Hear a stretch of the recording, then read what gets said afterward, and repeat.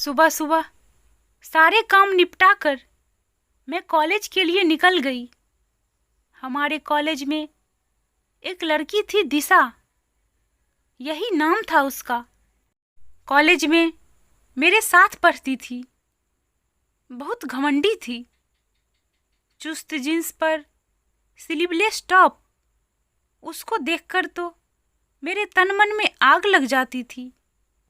हाँ, एक बात उसकी बहुत पसंद थी, उसके लंबे लंबे बाल। एकदम मुंहफट थी, किसी को कभी भी कुछ भी बोल देती थी।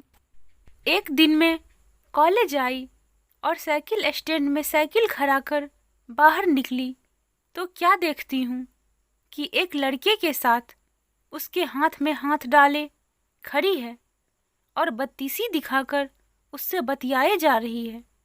तनिक भी शर्म लिहाज नहीं है। सबके सामने यूं बेशर्म की तरह हाथ पकड़कर लड़का से बात कर रही है।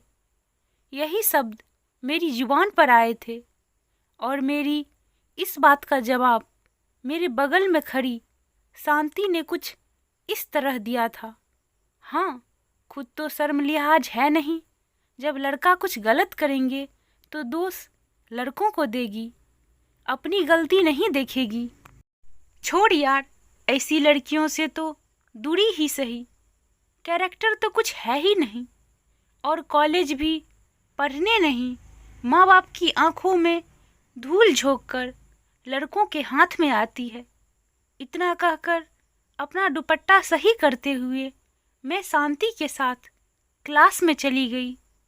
मन तो करता था मेरा कि मैं दिशा की तरह रहूं, उसके जैसे कपड़े पहनूं, बालों को खुला छोड़कर जाऊं, कभी कभी लड़कों से भी बात करूं।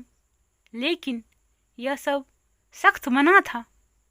चुपचाप पढ़ने जाओ, बालों का जूड़ा बनाओ या चोटी कर लो, लड़के को आंख उठाकर भी मत देखो, ज्यादा दांत फाड़ कर मत हंसो। बचपन से सुनती इन सभी हिदायतों से मेरी इच्छाएं तो दब गई थी, परंतु कॉलेज में दिशा को देखकर तुरंत ही उसे चरित्रहीन लड़की घोषित कर दिया। सहेलियों के बीच में अक्सर उसकी बुराई करने लगी थी। शायद मन ही मन जलती थी मैं उससे, मगर एक घटना ने मुझे झकझोर कर रख दिया। उस दिन शाम के वक्त हल्की बारिश हो रही थी। कॉलेज से घर जाना था और रास्ते में 2 किलोमीटर का सुनसान जंगल पड़ता था, जिससे मैं और शांति आते जाते थे। इस रास्ते से आने जाने पर घर से कॉलेज की दूरी में 5 किलोमीटर की कमी आती थी। बादलों की वजह से आसमान काला पड़ गया था। हम दोनों जल्दी जल्दी पैडल पर पैर मार रहे थे। तभी हुआ कि हमारी साइकिल किसी रस्सी से लगी और मैं औंधे मुंह गिर पड़ी और शांति भी गिर पड़ी। उठने की कोशिश कर रहे थे कि तभी गुंडा टाइप लड़के आ गए और हमारा हाथ पकड़कर हमारे साथ बदतमीजी करने लगे। हम दोनों ने विरोध करना चाहा तो उनमें से एक ने मेरे हाथ पर चाकू से और दूसरे ने मेरे सर पर किसी वस्तु से प्रहार किया और मैं बेहोश हो गई। होश आया तो खुद को हॉस्पिटल के एक कमरे में पाया। बगल में ही शांति का भी बेड था। उसे भी चोटें आई थी, किंतु उसे मुझसे पहले होश आ गया था। होश में आते ही मैंने तुरंत शांति की ओर देखा और रोने लगी। सब कुछ खत्म हो गया। मेरी इज्जत सब खत्म। कुछ नहीं हुआ, हमें और हमारी इज्जत को कुछ नहीं हुआ। दर्द में कराहते शांति ने कहा। इतनी देर में नर्स आ गई और हमसे कुछ ना बोलने को कहकर डॉक्टर को खबर करने चली गई। उसके जाते ही मैंने शांति से पूछा कि क्या हुआ है, कैसे बच गए हम। हमें दिशा ने बचाया है, अपनी जान देकर। यह सुनते ही मेरे होश उड़ गए। बुत बन गई मैं किंतु शांति ने आगे कहना जारी रखा। कल जब हमें गुंडे मिले थे तभी दिशा उधर से अपने मुंह बोले भाई के साथ गुजर रही थी जो उस दिन कॉलेज में दिखा था। मेरी आवाज़ सुनकर भी दोनों आए और हमें बचाने की कोशिश करने लगे। गुंडों ने उसके भाई को चाकू मार दिया। एक गुंडा तुम्हारे साथ दुष्कर्म करने की कोशिश करने लगा तो दिशा ने पास ही पड़े पत्थर को उसके सिर पर मार दिया।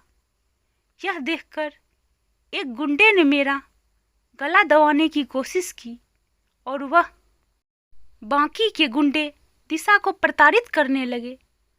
तभी पुलिस के सायरन की आवाज़ सुनाई दी और उस गुंडे के हाथ पर जिसने मेरे हाथ और गले को पकड़ रखा था मैंने जोर से काटा और जंगल से बाहर की ओर भागने लगी।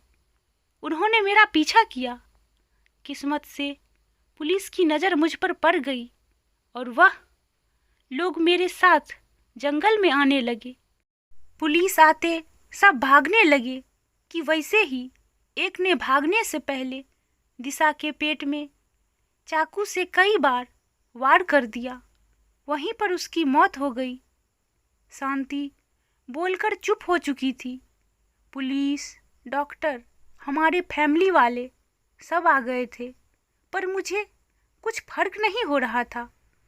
इसके बाद जो कार्रवाई होनी थी हुई।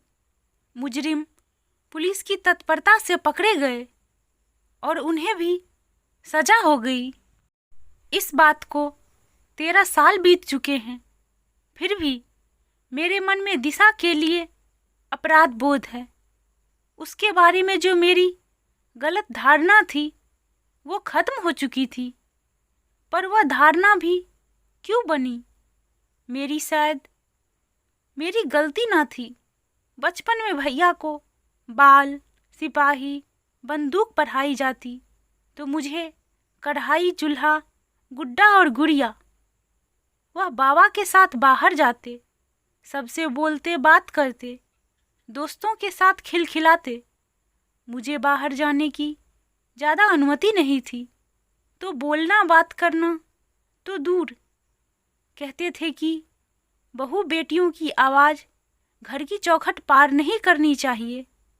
कुछ ऐसे ही परिवेश में मेरी परवरिश हुई थी कि मेरी किसी की लड़की को अपने तरीके से जीते नहीं देख सकती थी और इसी वजह से कभी भी दिशा को हंसते देखकर, खिलखिलाते देखकर बर्दाश्त नहीं होता था मुझसे।